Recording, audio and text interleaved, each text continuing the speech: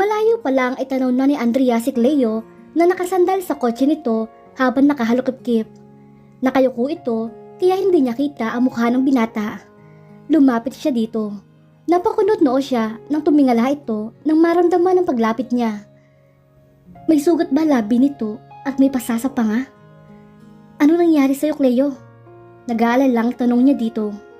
Wala, matabang na sabi ni Cleo. Binuksan nito ang pinto ng passenger seat. Walang imik na sumakay siya doon at mabilis na ito umikot sa driver seat. Pinandar nito sa sasakyan na hindi man lang umiimik sa kanya. Tumingin na lang siya sa labas ng bintana. Maya-maya pa ay napansin niya na hindi papunta sa bahay nila ang tinatahak nitong daan. Agad naman siyang naalarma. Umahon ng kaba sa kanyang puso. Saan tayo pupunta, Cleo?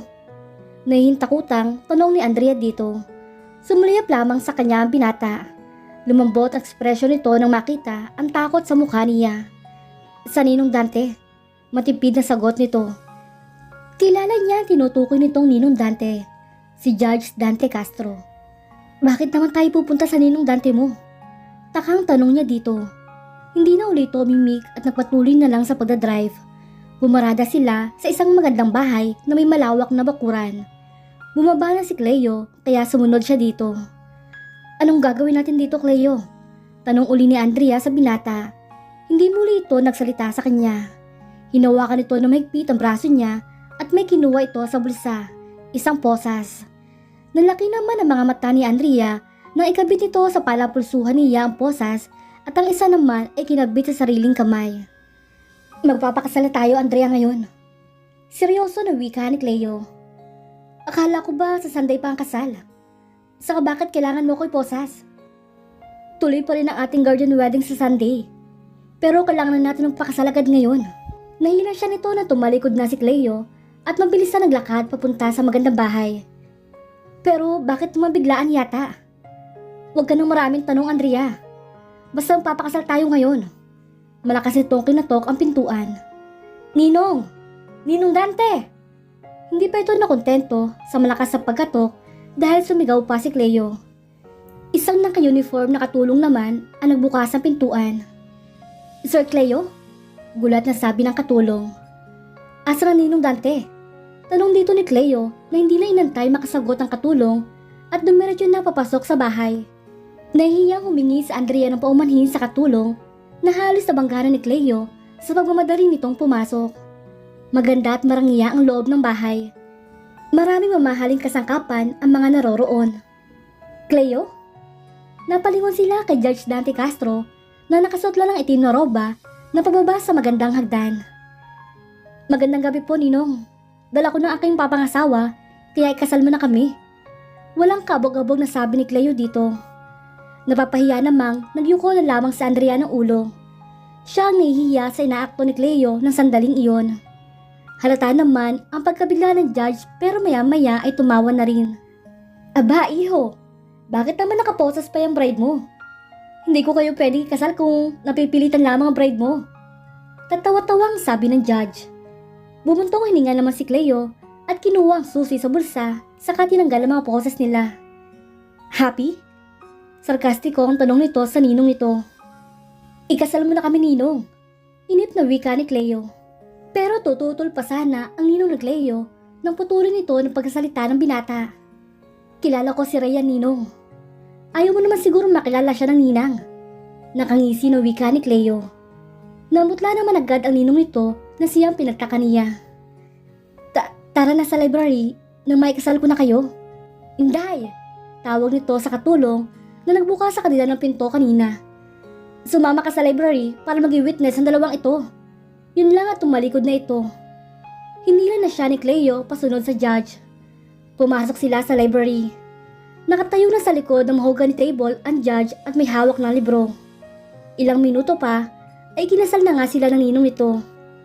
May mga papel na pinafill-upan sa kanila at pinapirmahan. Naggulat pa si Andrea nang may inilabas na wedding ring si Cleo na para sa kanilang dalawa. I now pronounce you man and wife. You may now kiss the bride. Wika ng judge na nagkasal sa kanila. Malapad ang ngiti ni Cleo na sandaling iyon. Hinawakan nito ang pisngi ni Andrea para iangat.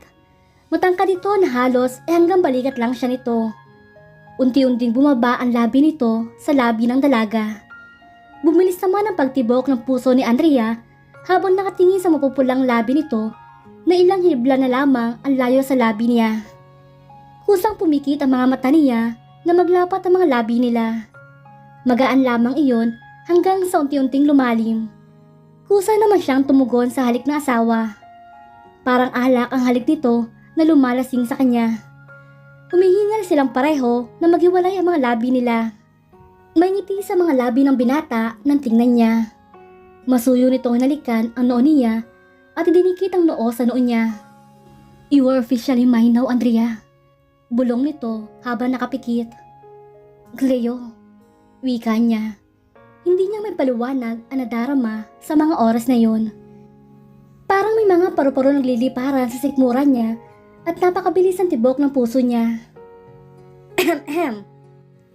Malakas na tumikim si Judge Castro para makuha ang atensyon nila. Napapahiyang bumitaw siya kay Cleo na parang walang balak na pakawalan siya. "Oh, paano iho? Ngayong kasal na kayo, siguro naman kakalimutan mo na si Rhea." "Hindi ko po talaga siya kilala, Ninong. I just heard her name nung nag-uusap kayo ng daddy." Sabi nito na hindi inaalis ang tingin kay Judge Castro. "Naloko mo ako dun ha. Manang-mana ka sa iyong ama." Naiiling na sabi nito. Nilingon nito ni Cleo at tinawanan lang. "I'm sorry, Ninong." Natatawang niyakap ito ni Cleo at tinapik-tapik ang likod. "Your little secret is safe with me. Don't worry." "Well, congratulations to both of you." Nakangiti si Judge Castro sa kanya. Tipid niya itong initian. Lumapit tuloy sa kanya si Cleo at tinakbayan siya. "Iuwi ko na misis ko, Ninong." Paalam nito. Saka siya hinila paalis sa bahay na iyon. "Saan tayo pupunta, Cleo?" Tanong ni Andrea sa asawa. Kanina pa sila bumabiyahe at nakalabas na sila ng bayan. "Sa rest house si Daddy sa Casa Maria." Napadiretso siya ng upo dito. Dulo na ng San Juan ang Casa Maria. Halos 2 oras ang biyahe doon dahil sa rough road ang daan. "Pero hindi ako nakapagpaalam sa itay." "Tumawag na ako sa inyo, Andrea. Ipinagpaalam na kita sa itay mo na bukas kita iuwi." Hindi na siya nakapagsalita pa. Tumalaw na lamang siya sa bintana. Pinilit niyang labanan ng takot na nararamdaman niya ng sandaling iyon. Hindi niya mapigilang isipin na mangyari uli ang nangyari sa kanila 3 weeks ago. Mariin siyang napapikit para ikalma ang sarili. "Wala akong gagawin kahit anong ayaw mo, Andrea." Napamulat siya sa sinabi ni Cleo. Ngumiti lang siya ng mapait. Gusto niyang sabihin na ginawa na nito pero pinigilan niya ang sarili. Ayaw na niyang galitin pa ang binata. Pagod na siya makipagtalo dito dahil hindi naman siya mananalo. Tama ang ninong nito na masyadong manipulatibo lalaki. Wala itong gusto na hindi nakukuha at ilang beses niya na iyong napatunayan. Naramdaman ni Andrea ang paghawak nito sa kamay niya. "Alam kong malaki ang kasalanan ko sa'yo. Pero sana bigyan mo ko ng pagkakataon na bumawi sa lahat ng kasalanan ko, Andrea. Hindi mo man ako patawarin, ay ayos lang. Hindi rin naman ako hingi ng tawad dahil hindi ko pinagsisihan na nagawa ko. Alam ko napakasama ng katwiran ko. Walang buhay itong natawa. Dahil sa ginawa ko, naging akin ka. Yun lang pinangahawakan ko para hindi makonsensya sa mga ginawa ko. Wala akong magandang dahilan. Napakasama ko, oo, tanggap ko yun." Humigpit ang hawak ni Cleo sa kamay niya. Nakita niya na nagpunas ito ng mga mata at saka tumutukuli sa pagmamaneho. "Kakapalang ko na ang mukha ko. Nakikiusap ako. Ano? Nagmamakaawa ko, Andrea. Bigyan mo sana ko kahit kaunting tsansa na maging normal ang pagsasama natin bilang mag-asawa. Hindi kita pipiliting mahalin ako. Pero sana matutunan mo." Dinala nito ang kamay niya sa labi nito at hinalikan ng matagal. Nakita ni Andrea ang pagpatak ng luha ni Cleo. Wala siyang maisip na sabihin dito. Hindi niya alam kung paano magre-react sa lahat ng sinabi ni Cleo. Galit siya dito, aminado siya. Pero may bahagi ng puso niya na gustong sumang-ayon na bigyan ito ng pagkakataon. Nasaktan siya nito, tinakot at pinasunod sa gusto nito. Dapat ay puro galit ang maramdaman niya, Pero bakit ganoon? Bakit sa konting salita nito ay lumalambot ang puso niya? Tuting na hindi nito gustong humingi ng tawad sa nagawa sa kanya. Nakarating sila sa rest house na walang imikan. Hindi na ito nagtangkang kausapin siya at pinagpasalamat niya iyon. Isang log house sa gitna ng gubat ang sinasabi nitong rest house. Madilim na nang makarating sila doon. May naririnig siyang lagaslas ng tubig. Malamig ang dampi ng hangin at may lumabas na isang matandang lalaki sa log house. Nakangiti itong sumalubong sa kanila. "Senyorito, magandang gabi ho." Bati ng matanda kay Cleo. Bumaling naman ito sa kanya at nginitian din siya. "Senyorita, magandang gabi po." Kimis siyang gumanti ng ngiti rito. "Magandang gabi din. Mang Ray, ayos na ho ba?" Bati rito ni Cleo. "Oho, Senyorito Cleo. Napagana ko na ho ang generator. May nakanda na rin hong pagkain sa loob." "Salamat ho." Tinanguan nito ni Cleo at nagpaalam na papasok na sila sa loob. Namangha naman si Andrea sa ganda ng bahay. Mayroong fireplace sa may sala. Parang kinuha sa mga magazine ang mga mebles. Natigilang siya na may brasong yumakap sa baywang niya. Naamoy niya rin ang pabango ni Cleo. Ipinatong nito ang baba sa balikat niya. "Do you like it here?" Bulong nito sa tainga niya, sanhi para kilabutan siya. "I like it here, with you in my arms like this." Paos ang boses sa sabi ng binata. May munting init na gumapang sa puso ni Andrea. "You smell like home, babe." Naramdaman ni Andrea ang paghalik nito sa leeg niya at napapikit naman siya. Sa pagpikit niya, biglang may imaheng lumabas doon. Siya habang nasasaktan at nagmamakaawa para tigilan ang ginagawa sa kanya. Gusto niyang kumuwala mula sa taong nanakit sa kanya. Nagpapasag siya, nananampal, gusto niyang makawala. "Andrea! Hey babe, are you okay?" Nagmulat siya ng mga mata. Nakita niya si Cleo na nag-aalalang nakatingin sa kanya. Nasa harapan niya na ito habang hawak ang magkabila niyang pisngi na puno ng luha. Napansin niyang nanginginig ang kamay niya. Napatingin siya kay Cleo. Mayroon itong kalmot sa leeg at namumula ang pisngi nito. Napatakip siya ng bibig nang ma-realize na nagawa niya. "I'm sorry, Cleo." Humagulhol ng iyak si Andrea. Nalambot ang tuhod niya. Pero bago siya matumba, ay nasapo na siya ni Cleo.